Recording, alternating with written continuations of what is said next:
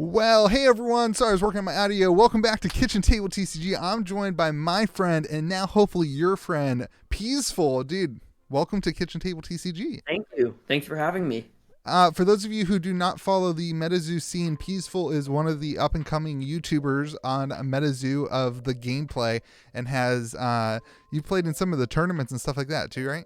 Yeah, so far one recently online, and then way back the second tournament I played in that one as well. Yeah, so it's been cool to I've been kind of watching all these people, and I thought it was really cool. You're a high schooler, you're a freshman in high school playing MetaZoo. You're gonna do a deck tech for us, which is super cool. What's the deck that we're gonna talk about today? It is Loveland Lockdown. I'm not the originator of this list. I would say the two main people I think that this list is inspired by is, first of all, most of all, Easton Evans, otherwise known as Primetime Indy. He is by far one of the probably top two, top three MetaZoo players of all time at this point. And then also Ed Chalupa, or PB Magnet, who is, in my opinion, probably the best innovator or deck builder in the game right now. But this list is pretty similar to a deck that Easton ran, and definitely ran a lot of ideas by him, and yeah, definitely inspired by them. Awesome. Did you play this in the tournament recently? I did, yeah. I played this in the New Year's tournament. I went 4-2. I Okay. lost my win into top 8, but overall, pretty good. Yeah. A similar deck actually won the finals. This deck was pretty dominant all tournament in the meta. I actually, funny story, 5 out of my 6 matches in that tournament were mirror matches. Oh, that's crazy. That's insane. Wow. Okay, we're getting ahead of ourselves. I want to talk about you. And first off, if anyone is interested in MetaZoo gameplay, they should go watch your channel and subscribe to your channel. I will leave a link in the comment section of this video. But you're doing gameplay, you're doing all that kind of stuff. It's really cool. I want to talk to you about I love asking this question to all the guests on the channel. What got you into trading card games? Like, how did you get to be somebody who cares about that world? So I've always, like, as long as I can remember, just loved games in general. Like, my grandfather taught me how to play chess and other games like that. And when I was 5, one of my, like, family friends, we were at their house, and he had Pokemon cards, and he showed me them, and he, like, kind of taught me how to play. And then from, like, ages 5 to 10, I just played Pokemon. I went to my library every Friday to do the Pokemon League. I built decks, I watched videos. I really got a love for TCGs in that way. Yeah. And then when I was, I think, in 5th grade, my math teacher and one of my friends, they were playing this game called Magic, and it just looked really interesting to me. And I saw the art, and I asked him to teach me. And then from then on, I was pretty much obsessed with Magic. From ages 10 to 14, I started playing around Amonkhet Rivals of Ixalan and played for a while, pretty obsessively. Got a bit into the competitive scene, and then it was around April of last year where I found Metazoo, and I loved the artwork, I loved how the cards looked, I loved the complexity, especially of, like, the beasties, and I decided to try it out, and then since then I've been just playing Metazoo. Wow. You have more TCG experience than I do, I think. And you're a freshman in high school. I can't imagine where you'll be when you're, like, go to college and play in those things. Like, that's awesome, dude. That's really, really, it's encouraging to see young people involved in TCGs. And I think there's so many other things capturing your time. What is it like? I assume, I know this as a fact because you have a YouTube channel dedicated to TCGs, and I don't see you have a YouTube channel dedicated to, like, video games. What is it about TCGs that makes you excited, and, why do you choose that hobby over, I don't know, maybe you play video games too, but over the other opportunities that you could do? I think, and that's a really good question. I think there's probably a few reasons. I think one of them is, to me, TCGs are a lot more creative than playing a video game. Like, just the concept of deck building. Let's go to, like, Magic. You have a 60 card deck, or 100 card if you're doing Commander. There's 22,000 cards. That's a lot of choices. Like, unless you're net decking, pretty much every single deck's going to be unique. And I can just, like, I think the majority of my time playing Magic wasn't actually playing Magic. I spent, like, hours and hours just building different decks, and I just find that part of it very enticing. And the fact that, like, not everyone has to play the same. Yeah. Like, if you play, I don't know, what's a video game? I guess Minecraft is a great example, but, like, Minecraft, everyone has the same sandbox. Yeah. In a TCG, every game you sit down into, you and your opponent are playing in a different sandbox. Mm. So I think that's one impact, or one aspect. I think the other aspect for me is like impact. If I'm playing a video game, it's cool, I'm doing stuff in a video game, but then if I look at the real world, it's really just all in that computer, it's all in that one save, there's thousands of people around the world doing the same thing. Yeah. TCGs, it feels like it's more of an impact. It's a physical thing. You can trade them, you can look at them, you can like touch them, and everything you do is a lot more of an impact. Yeah. Yeah. Yeah, and I mean that impact then goes towards relationships too, and I'm sure we were kind of talking a little bit about do you have a TCG club at your school, and you said no, but I'm looking to make one, and it's just really cool to see the potential of somebody who is so passionate about a game to reach more people and then to connect on a personal level too. I think those of us who have been in the TCG world for a long time have some of our best friends were created because of TCGs, and I think that's been true to me, and so it's super cool. Well, dude, first off, I think it's really cool. I think it takes a lot of I know this, it takes a lot of guts for me as an adult to like put myself on YouTube, and so I just want to say I'm impressed that you have the ability and the personal security in yourself to like hop on YouTube and make content every day. Like I know there's days where I post stuff, like I couldn't do that when I was a high schooler, and so I'm impressed with your ability to do that, and keep up the good work, keep falling in love with these games, and keep making content. So all right, you want to hop into the deck tech? We're gonna use TTS for this, right? Cool. So all right, this is the Loveland. So you had a couple decks that you wanted to talk about, and I will pump that. Hey, go watch Peazful's channel, and I'm sure you're gonna put some of these other deck techs up there. The Critters deck, the Fearsome Critters deck, is the deck that I've been playing with me and my buddy. But I picked this one when you sent me a list because of Loveland Frogman. Seems to be a like crowd favorite for the game, and so I thought it'd be cool to show a deck that's kind of built. It's got it in the name, so I assume it's built around him. So yeah, why don't you start off? Tell me where to start, and we can take a look at the deck. So I do think it's in the name. I think the first place to start has to be the Frogman. Let's just talk about the card. It's insanely powerful. You get 2 of them. They only cost 2.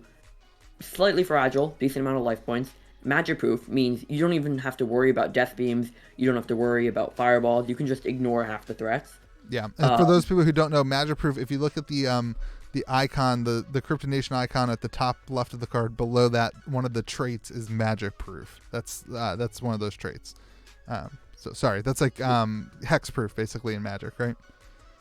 Yeah, basically. Yeah. So going to the text box, that's the real power of this card. First of all, that first block of text, it looks very intimidating.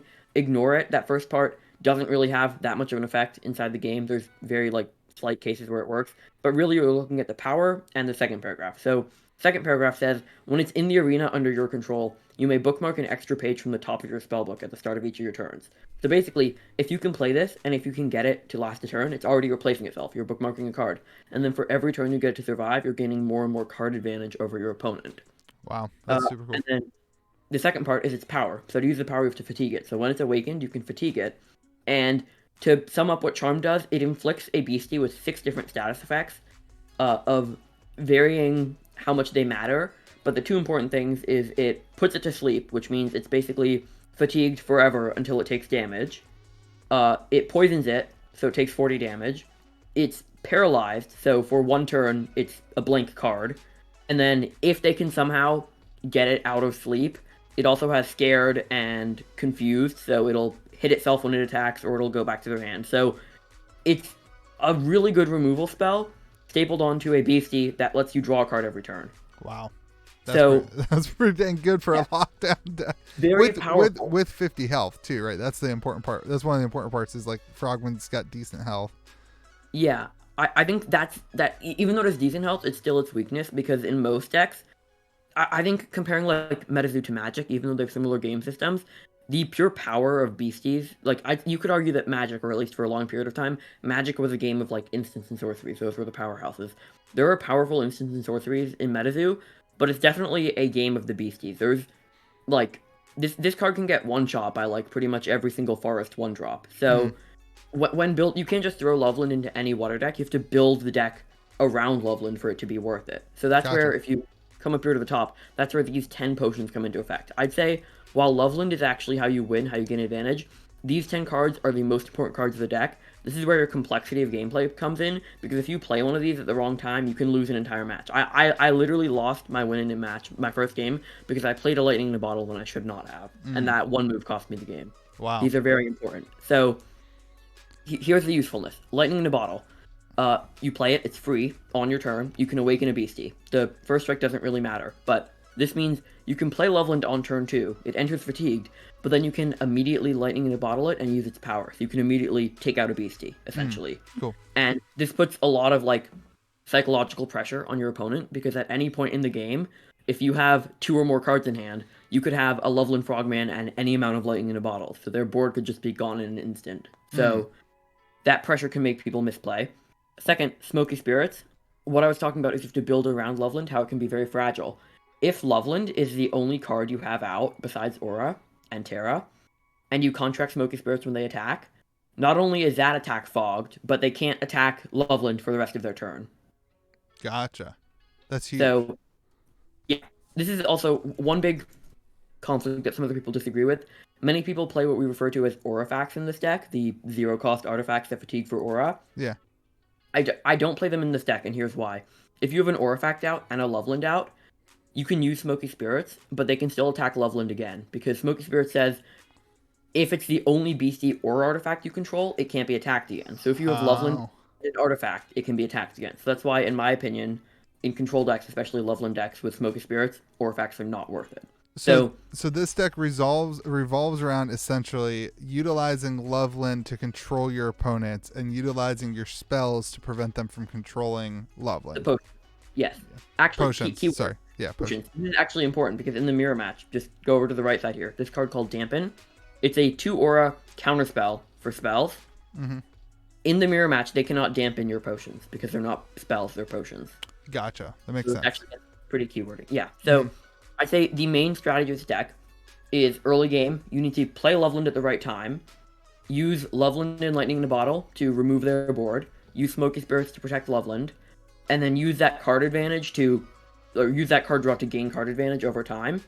And then you're going to, probably your win con normally is either just chip away slowly or resolve a Chessie. So Chessie, it's 4 Aura. It gets a Terra boost from Lake, which is mainly why we're playing Lake, but its attack gains plus 10 damage for every other water page in the arena. And this counts Aura pages, by the way. So oh, wow. When it enters, it bookmarks. So even if they Death Beam it, it already replaces itself. So you're gaining card advantage there.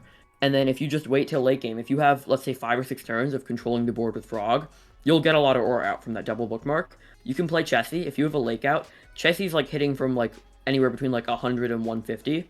So if you just control with Loveland, you can end the game with the Chessie. Especially if you have a Flying Manta Ray, that can use its Let's Fly power to give Chessie half its attack. So that becomes hitting for like 200 and something damage. Wow. So that's your finisher. And then you have some support early game, which is Water Baby. Water Baby is a very good card. Its usefulness in this deck is very underrated. So it's 1 Aura, very weak, but its attack has Paralyze, which is very strong, because if you are playing if you're playing against a tempo deck, if you just need to have Water Baby, just even if it kills itself by attacking, it's giving you a 50% chance of paralyzing that threat. Let's say you're playing the mirror match.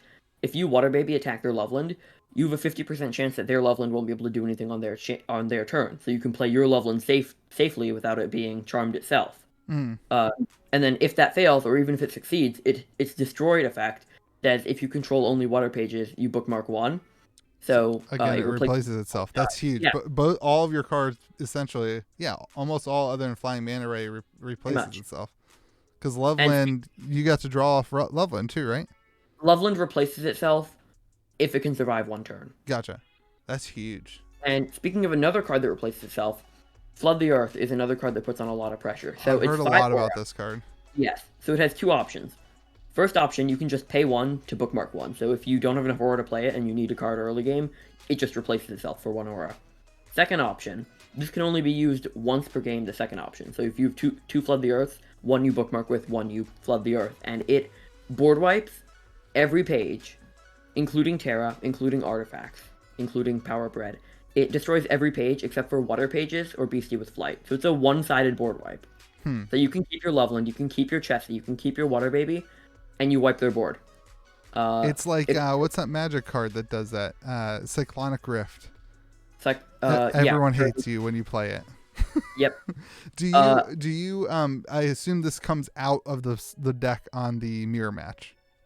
Yes. Okay. Yeah. Or sometimes. Okay, that's actually a hard question to answer. So it depends what kind of build they're running, because there are many variations of this deck. Okay. Sometimes having that one aura replaces itself is worth it just to thin your deck. Because one thing you'll notice is my main deck is 43 cards, and you side deck out the same amount you side deck in, so I can't go beneath 43 cards. So if it's the kind of mirror match where I need Loveland to win, I might keep them in just as deck thinners, and I might bring in a card like Index from the sideboard to help me get Loveland better.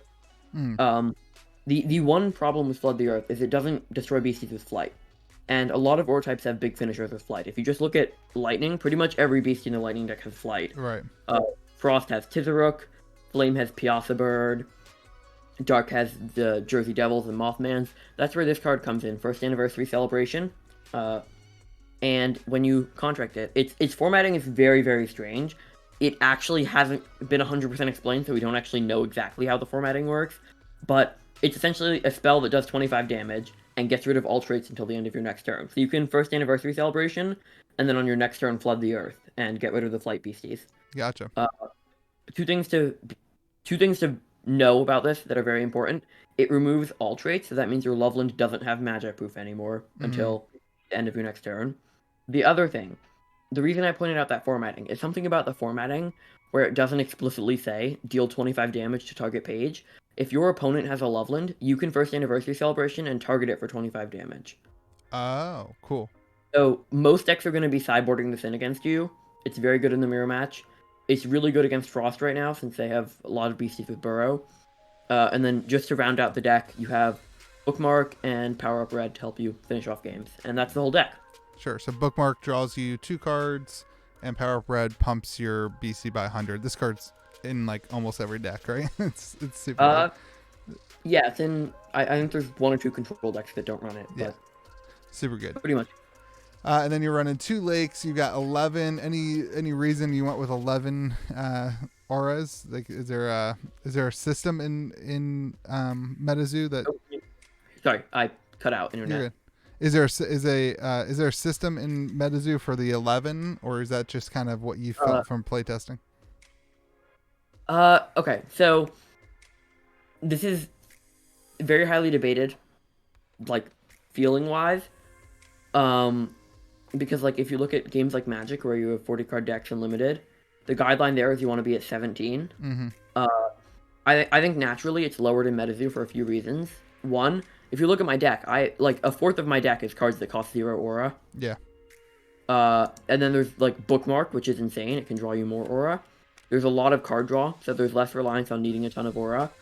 So like if this was a deck that didn't have Chessie and didn't have Flood the Earth and didn't have Manta Ray and my Curve Topper was at like 2 or 3, I'd be running like 7 aura in this deck. Yeah, I noticed that Fearsome Critters only runs like 7 aura, and I realized how much like aura isn't as important as land from Metazoo to Magic. Yeah. I was kind of baffled, honestly. So I don't actually, I don't know if you've used this in deck building, but something really great for figuring out aura or land bases, it's hypergeometric distribution. Yeah. Which is essentially, So based on the amount of card draw that Water has, you can essentially double your copy's ran. So I'm pulling up a calculator right now. If you have a deck size of 42, I'm running 11 aura, which I'm doubling to 22. And let's say in a game, I need to get 5 aura to get, like, Flood the Earth out by turn 6. So by turn 6, I've drawn 14 cards, usually. And, of course, doubling the copies ran based on card draw. That's a 96.8% chance of drawing at least 5 aura by turn 6. That's that'll do it. Yeah, in this deck 11. Yeah. All right, talk to me about your side deck then.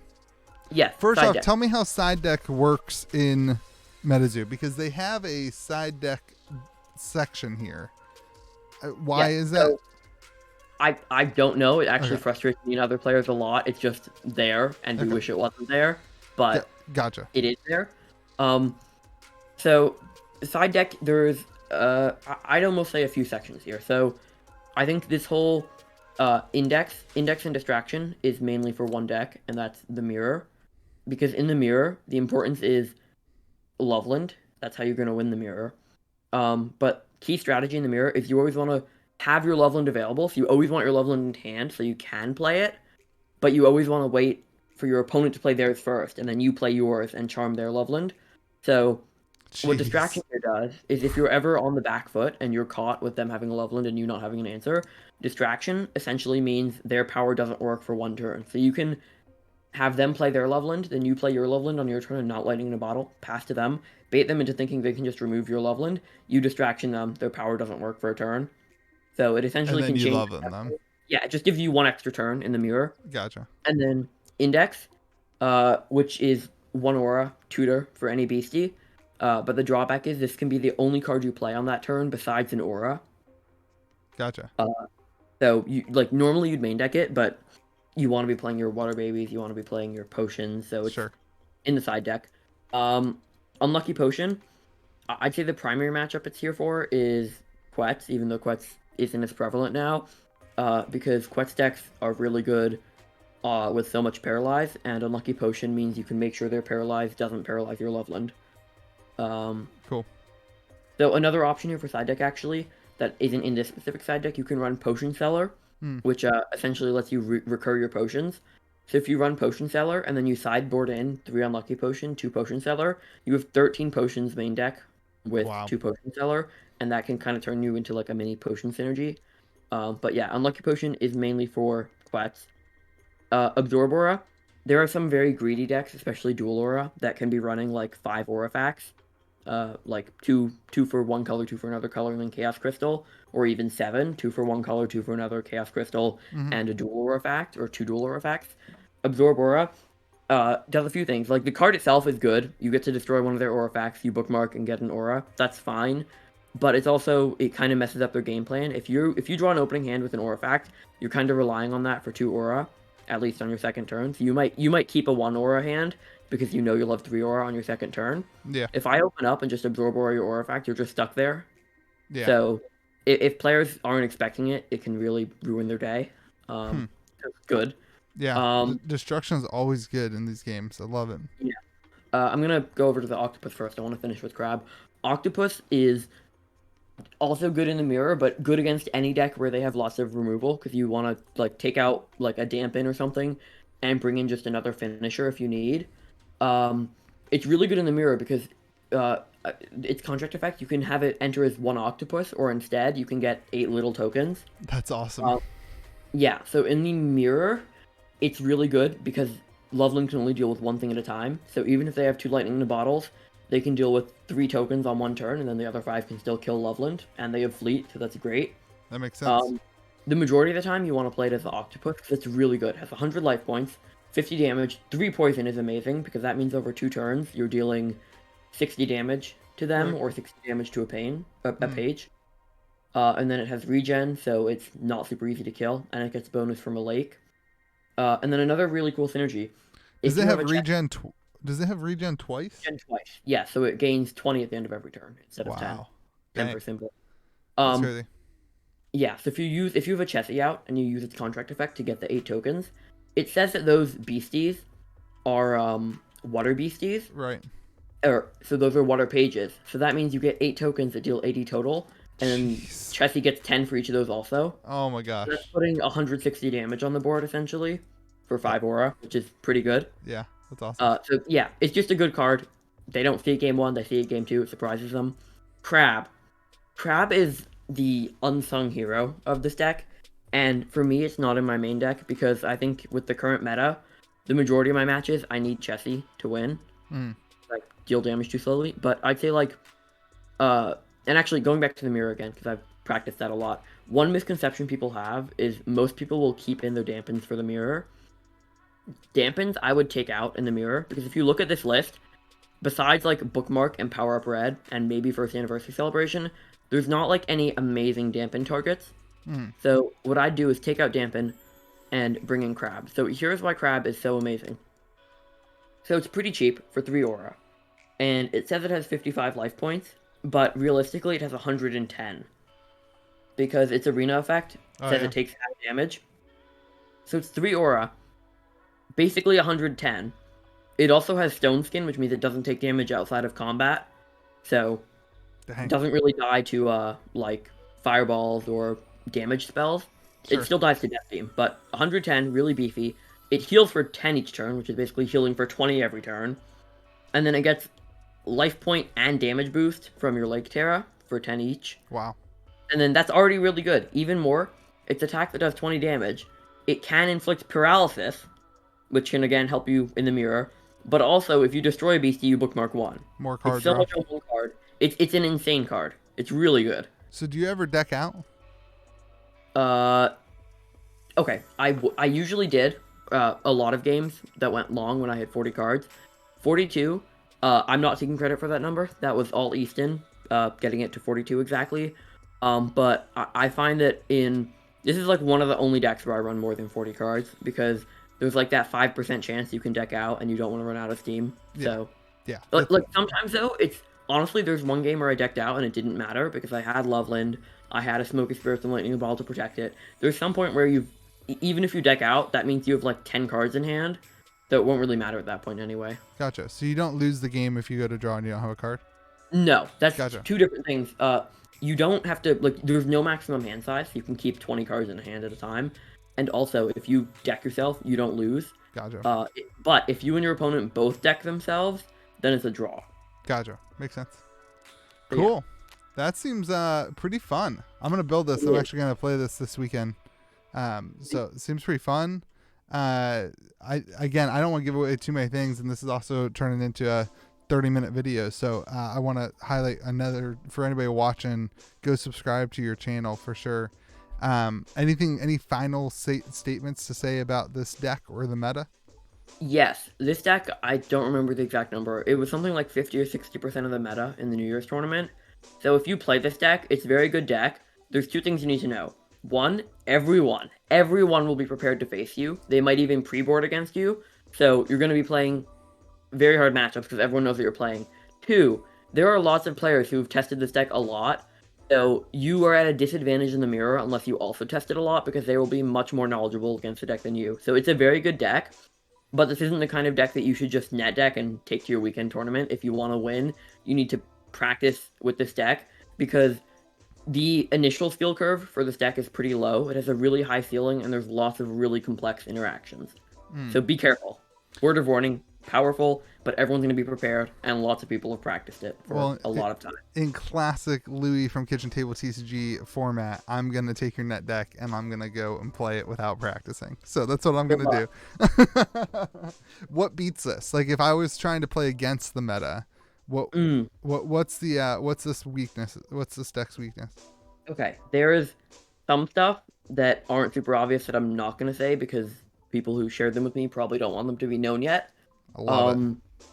But I think one thing that's pretty obvious that beats this is if you're playing an Earth deck, and if you can get to those big beasties. I can actually pull one out from, where is it? Over here.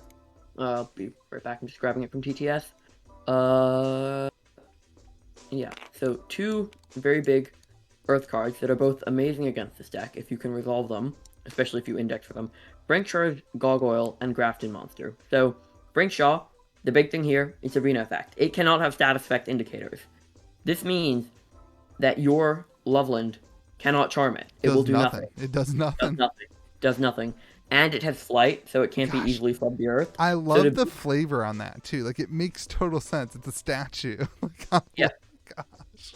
To beat this card, if you're playing Water vs. Earth, you have to first anniversary celebration and then flood the earth, and that's the only way in this deck you really have to beat it, besides somehow dealing enough combat damage to kill it, even though it has flight and 150 life points. Wow. Yeah. Second one, Grafton Monster, even worse. So it has West Virginia Defender. playtester card. It it has Defender and Stone Skin. So Stone Skin doesn't really matter against your deck. Defender means when it's not their turn, it has double the life points. So when it's your turn, it has 300 life points. Wow. Pretty beefy. Second big thing, line of text. It cannot be affected by non-beastie pages while on or off the arena. Oh. Okay. Yep. And then arena, it must be the target of all legal attacks and cannot have status effect indicators. Yeah. Okay. So This again, card was, I don't know for sure, but I feel like this card was specifically designed to beat a Loveland deck. that's great. It is, Loveland, you have to get enough Chessies on board to be able to deal a lot of damage. And yeah, just very hard to beat. So run an Earth deck, run these two, so you can't actually index for Grafton Monster since it can't be affected by non-beastie pages while off the arena. But you can index for Frank Shaw. You can run your Rock Rains to beat Quetz. I think Earth is pretty well positioned in this metagame, like a nice Earth control deck. It's a bit slow to start though. Yeah. Cool. Well, hey, I want to end the video. So this was awesome, and like your depth of knowledge to the game is incredible.